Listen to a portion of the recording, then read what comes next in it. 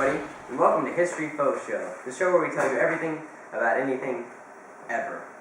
Shockingly, there are now about 6 million women in the workforce. About 3 million of this number have never held jobs outside the home and are wholly unprepared. Don't get me wrong, women were useful in the factories during wartime, but now that the men are coming home, they should just get back to making me sandwiches and popping out babies. Despite increased and more inclusive taxes, income for American citizens has risen considerably during the war. The economy is regenerated, and it's all due to the war giving business to struggling companies. However, this has created a dangerous dependence on military spending to keep the U.S. afloat. It could backfire after World War II is over. No matter what happens to the post-war economy, I can guarantee I'll be perfectly okay whether we fall into massive debt or otherwise. I'm rich, and that's not going to change. Since the beginning of World War II, nearly 5 million black people have moved north and are currently working in major cities. They've come to work in the vacant factories, replacing drafted soldiers, are being paid the same wages as those who they replaced. You know, if we didn't have this so-called 15th Amendment, we wouldn't have to pay these workers a penny. We'd just have to call our southern neighbors up and they'd have them whipped into shape in no time. The government has been legislating wage ceilings to keep prices down and cut back on consumption. This has been met with fierce opposition by labor unions, who have grown from 10 million to 13 million members. Due to the growing number of strikes and walkouts, Congress has passed the Smith-Connolly Anti-Strike Act, which authorizes the feds to operate industries whose workers have walked out. I really think FDR should take a page out of Stalin's book and control his country a bit more. I mean, come on, man, get it together. Due to the unfortunate bombing of Pearl Harbor, Congress has moved 110,000 Japanese citizens into internment camps because of their fears that Japan will instigate more conflict and use these people as saboteurs or insurgents. They've been confined for the immediate future. Wait, does this mean that if I see a Japanese person walking down the street, I can club him over the head and turn him in for some sort of reward? I really don't, because I have 6 loaded up in my basement ready to go. Well, that's the end of my segment, folks. After a short commercial break, we'll be back with some interviews. You constantly buying different products to solve a variety of issues. Issues like joint pain, athlete's foot, and a ton of cleaning products to clean your house. Honey, is your budget for cleaners tremendous? Is it more than your grocery bill was when your husband was home? Well, look no further. Today, you can buy one product to replace the countless others that you have in your home. Buy White Wolf rubbing alcohol, only $2 at your local grocery store. Use rubbing alcohol to sterilize, solve nail fungus, remove unwanted earwax and ticks, heal cold sores, mosquito bites, and so much more. I use White Wolf rubbing alcohol in my home all the time. I just love to use it for laundry stains. It takes them right out. Before I went to the prom, I had horrible cold sores. My date would have dumped me. Luckily though, I had White Wolf rubbing alcohol to dab on my sores. By the morning of the prom, all the sores were gone. After the prom, I was even able to use the leftover rubbing alcohol to wipe away all that hairspray. Oh, it's great. My 3-year-old loves to make messes. Cleaning up after him was a hassle until I found White Wolf rubbing alcohol. Now it's a breeze to clean. Also, I use the rubbing alcohol for everything. My 3-year-old has gotten so used to having it around that he screams, "White Wolf!" whenever we need to use it. Melinda, no, don't do that! Folks, true testimony. And with this infomercial, you can get 1 extra bottle for free. That's right, 1 extra bottle totally free of charge. Just call 1-800-RUBBIN-ALCOHOL today. That's 1-800-RUBBIN-ALCOHOL. I hope to hear from you soon. Hello and welcome to this segment of interviews. Today I will be interviewing none other than President Truman and various important people that just made the decision to drop the atomic bomb on Hiroshima and Nagasaki. So President Truman, how did you feel when the responsibility of war was dropped on your shoulders after the death of our past president, Franklin Delano Roosevelt? I felt like the moon, the stars, and all the planets had fallen on me. You see, Mr. Roosevelt and I had not been in close contact in the time leading up to his death. Neither had I been fully informed of the advances with making of the atomic bomb, so I had a lot to catch up on if I was to be leading the country through war. And how was the decision made to drop the atomic bomb? As America had been bombing Japan up until the atomic bombs with no sign of surrender by the Japanese, my fellow alliance members and I decided that steps had to be taken. In July of 1945, Joseph Stalin, British leaders, and myself met near Berlin for the Potsdam Conference. We established that if Japan continued to refuse to surrender, we would destroy them. Of course, we let them know by dropping thousands of leaflets with the message by airplane over Japan. Ingenious, if I do say so myself. Now I understand that you dropped not one, but 2 bombs on Nagasaki and Hiroshima, one on Nagasaki and one on Hiroshima. How was that decision made? Why 2, not 1? Japan had proven to be an especially vicious aggressor on many occasions, beginning, of course, with the bombing of Pearl Harbor. They proved further threat when a series of island-hopping warfare ensued between them and the United States on the Pacific Ocean. When they refused to surrender unconditionally, I knew that drastic measures were necessary to stop these dangerously motivated soldiers from winning the war for Germany. I had no intention of dropping a second bomb until the first atomic bomb was dropped on Hiroshima, and Japan still refused to surrender. Well, there you have it, folks. That was President Truman's perspective on the atomic bombings in Japan. This is Tabitha Mueller at the White House, and we will be signing over to our next interviewer. Hello, and we're back with our special guest, Mr. Albert Einstein. Mr. Einstein is here today to tell us about the development of the atomic bomb. First, I'd like to ask you, what role specifically did you play in the development of the bomb? Well, I actually played a very small role in the physical creation of the bomb, but many of my scientific findings were used by my fellow chemists to develop the deadly weapon. What findings were these? Well, in 1905, I recognized the equation energy equals mass times the speed of light squared, which shows that a large amount of energy can be released from a small amount of matter. This is confirmed in my special theory of relativity. I see. Earlier, you said that you played a small role in the physical creation of the bomb. If you only played a small role in the physical creation of the bomb, then what was your role? In 1938, I heard rumors that German chemists were attempting to create an atomic bomb. I felt it very important for us to do the same in the case that we would have to defend ourselves. Because of this, I signed a letter to President Roosevelt urging the bomb to be built, which he took very seriously. Looking back now, are you glad that you wrote that letter? No, the letter was one great mistake in my life. When I wrote it, I had justification, but I will always regret it. Should I take that to mean then that you created the bomb, but you believe it shouldn't have been created? Indeed you should.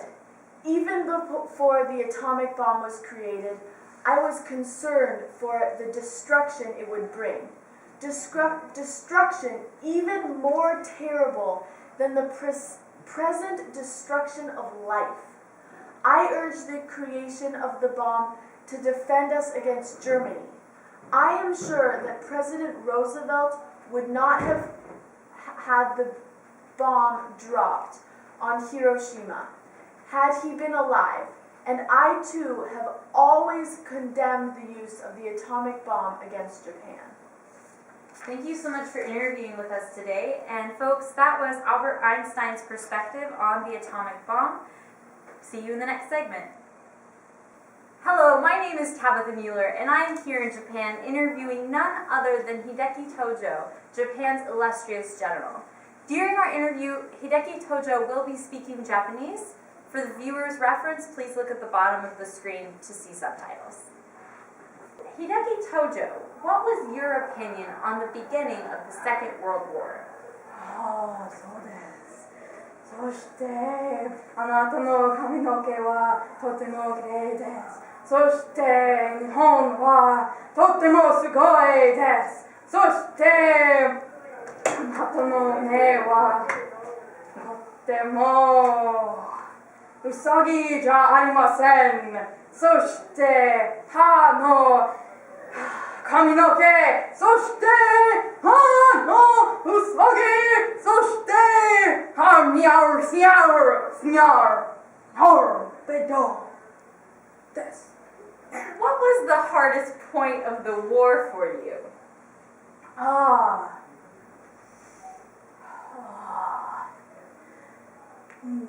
ミッドウェイバトルはとっても難しくて、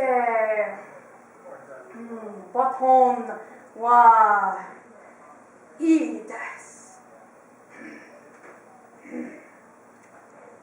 Did you still think that you could win the war before nuclear weapons were used? はい、日本は一番好きなカントリーです。そして、日本は一番嫌いな平等です。平等系。What did you think, well, do you still think that you could, what did you think about the bombings in Hiroshima and nuclear weapons in general? 広島の鉄砲はとても素晴らしい。でも、とても悪かったのことは、人のは死にます。でも、人はいいです。What was your reaction to the end of the war?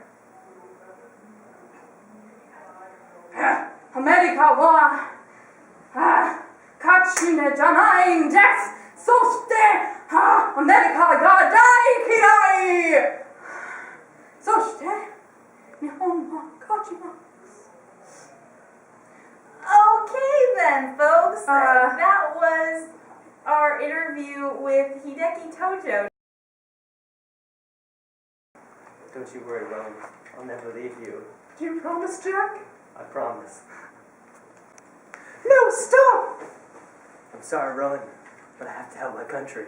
No, Jack, please. I'm sorry. Jack!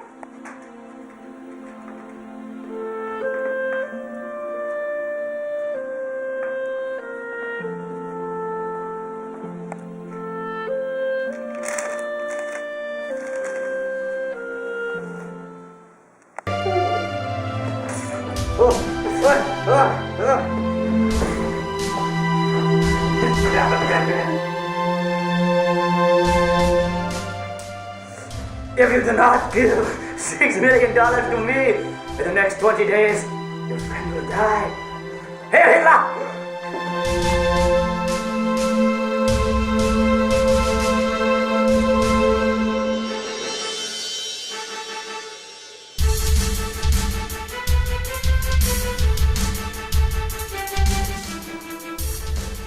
Jack needs me. I must save him.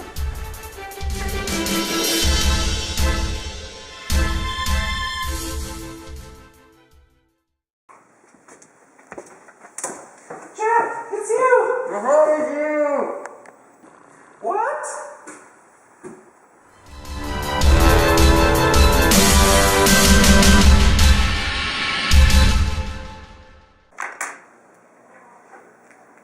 Hello everyone, welcome to History Faux Show. Tonight I will be interviewing a homemaker who has recently been employed by Henry J. Kaiser at the shipyard. Let's give a welcome to Rosie Jones. Hello Rosie, welcome to the show. So, what are you doing to help with the war effort? Well, My sons and I have been buying war bonds, the proceeds of which go to equipment and food for our men overseas. I mean, I think that's a pretty patriotic idea since, you know, even children can get in on it because the stamps are only 10 or 15 cents a piece. My boys save up all of their allowance just trying to fill their books and help support their father. I guess it's a patriotic idea, but the government got us into this war, and they should be able to get us out. I mean, they just draft all our men, they raise our taxes and ration our food. Speaking of the draft, why didn't you get put in the army?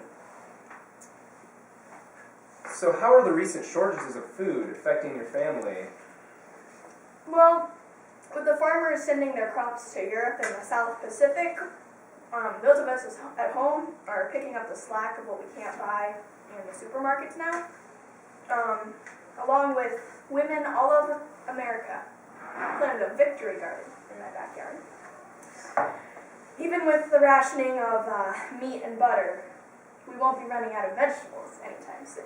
Oh, yeah. With the ration books for my family, I can still manage to bake a cake now and then. So that helps with the war effort. Don't you be hating on the homemakers. We're producing 40% of the nation's produce these days.